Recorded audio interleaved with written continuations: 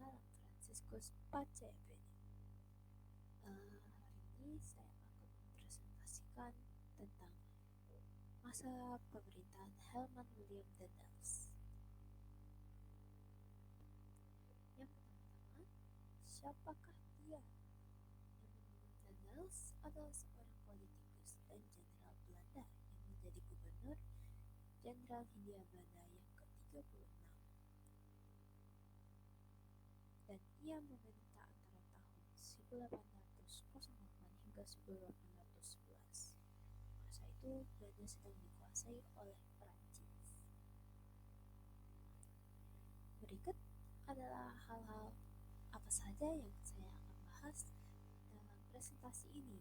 Yang pertama adalah pada saat dia baru sampai, yang kedua adalah gaya dia memerintah, dan ketiga apa yang dia lakukan hingga akhiratnya. Masuk yang pertama, baru sampai nih.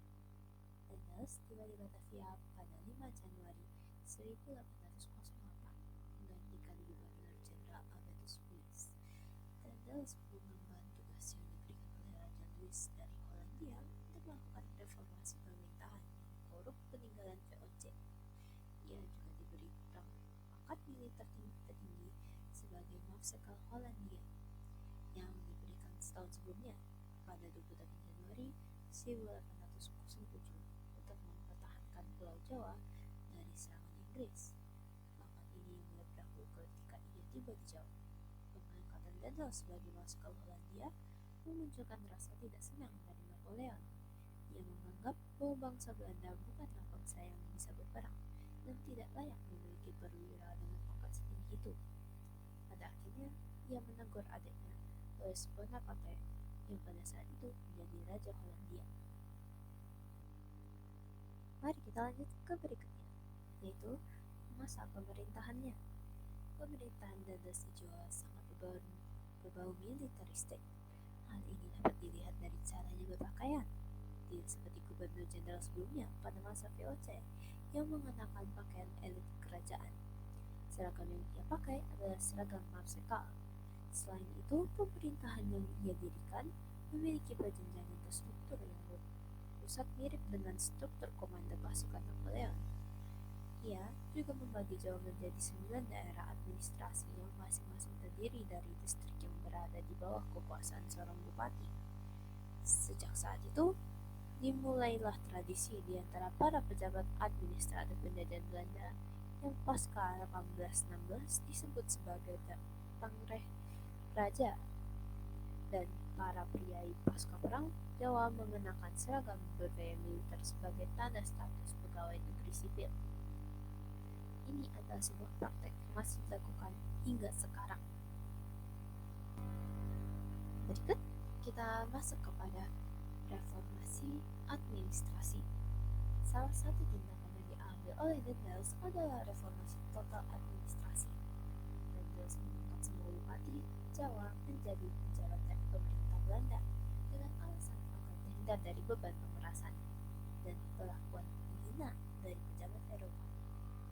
Perubahan status ini menimbulkan konsekuensi, yaitu kehilangan praktis dan kebebasan bertindak terhadap rakyat mereka.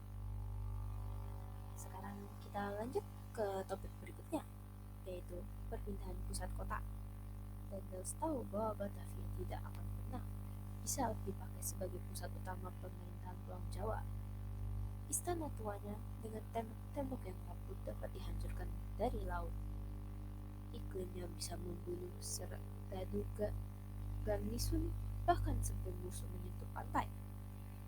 Instruksi kepada Daniels memberinya hak untuk memindahkan pusat kota ke daerah yang lebih sehat, dan Gubernur Jenderal pendahulunya, Van Overstraeten, telah membuat rencana untuk memindahkan kedudukan pemerintahan ke pedalaman Jawa Tengah, tempat kekuatan gabungan Belanda dan raja-raja Jawa dapat melawan kekuatan yang berjumlah lebih besar dalam jangka waktu yang lebih lama.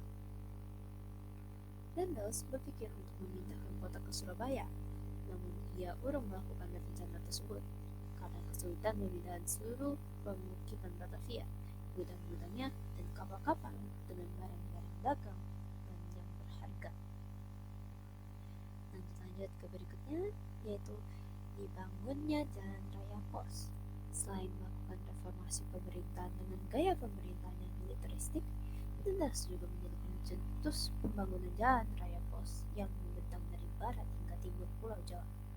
Pembangunan jalan ini dilakukan dengan melihat kondisi Pulau Jawa pada saat itu yang sedang diblokade oleh Inggris di bawah pimpinan Laksamana Muda Sir Edward Blake. Blokade yang dilakukan sepanjang pesisir utara Jawa ini mengakibatkan tidak satupun kapal yang berlayar di pesisir utara Jawa bebas dari penguasaan armada kapal Inggris. Dan tak kehabisan akal, ia menggunakan bubuk mesu untuk membuka jalur yang melintasi pegunungan Priangan melalui puncak Megamendung, Bandung, dan Cianjur. Masuk kita kepada topik terakhir, yaitu ketika ia balik ke Eropa. Balik kampung ceritanya ini. Sekembali Dundas di Eropa, Dundas kembali bertugas di tentara Prancis. Dia juga ikut serta tentara Napoleon berperang ke Rusia. Setelah Napoleon dikalahkan di Waterloo dan Belanda merdeka kembali, Dundas menawarkan dirinya kepada Raja William pertama. Tetapi Raja Belanda ini tidak terlalu suka terhadap mantan patriot dan tokoh revolusioner ini. Akan tetapi, pada tahun 1815 ia diangkat menjadi gubernur jenderal di Pantai Emas Belanda, Ghana, dan meninggal di sana pada tanggal 2 Mei 1818. Ia meninggal dunia akibat penyakit malaria. Sekian presentasi dari saya. Mohon maaf apabila ada salah penggunaan kata.